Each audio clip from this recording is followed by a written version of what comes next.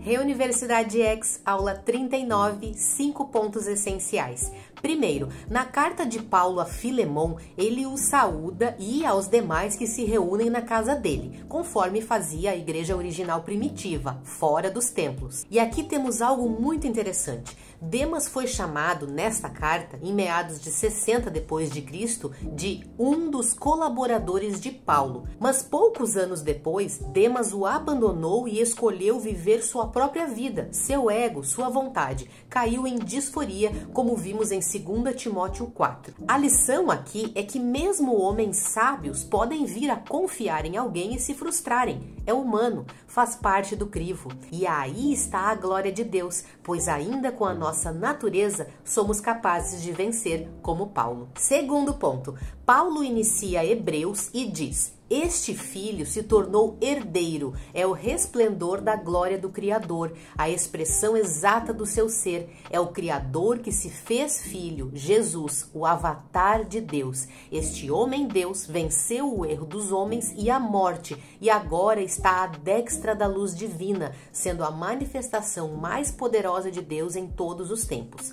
A suprema teofania, mais do que qualquer aparição de Deus por meio de um anjo. Em toda a primeira Bíblia, temos profecias sobre aquele que seria como filho, acima de todas as manifestações angelicais.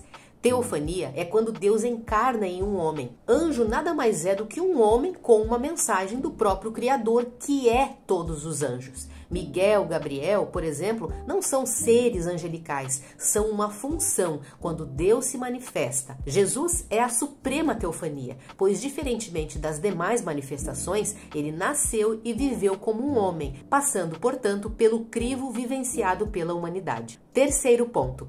Paulo continua: muitas passagens da primeira Bíblia revelam que ele é Deus, ele é o próprio Criador que se fez carne e o seu reino será para sempre. A qual dos anjos Deus alguma vez disse: senta-te à minha direita até que eu faça dos teus inimigos um estrado para os teus pés?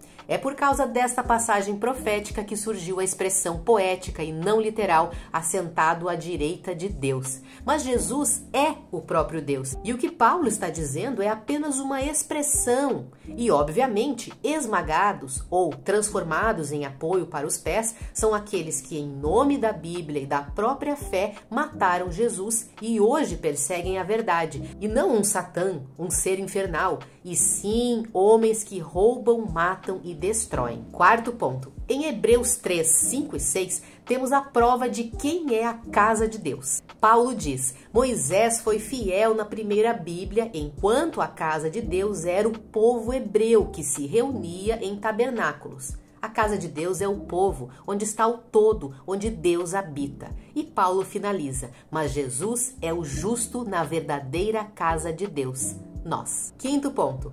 Em Hebreus 4, Paulo diz: na primeira Bíblia encontramos: no sétimo dia Deus descansou de toda a obra que realizara. E na sequência ele afirma: jamais entrarão no meu reino. Entenda a conexão entre os dois assuntos e a quem ele se refere. Vamos lá, Deus não precisava de 7 dias para criar o mundo, e sabemos que esse tempo não foi literal. Ele só estava metaforizando que seriam 7 milênios de vida crivo e que é necessário esforço para entrar nesse reino. Aqueles que não valorizarem a verdade não entrarão no reino, que é esse sábado, Shabá, o descanso dele em que nós trabalharemos, transformaremos o mundo a serviço de Jesus.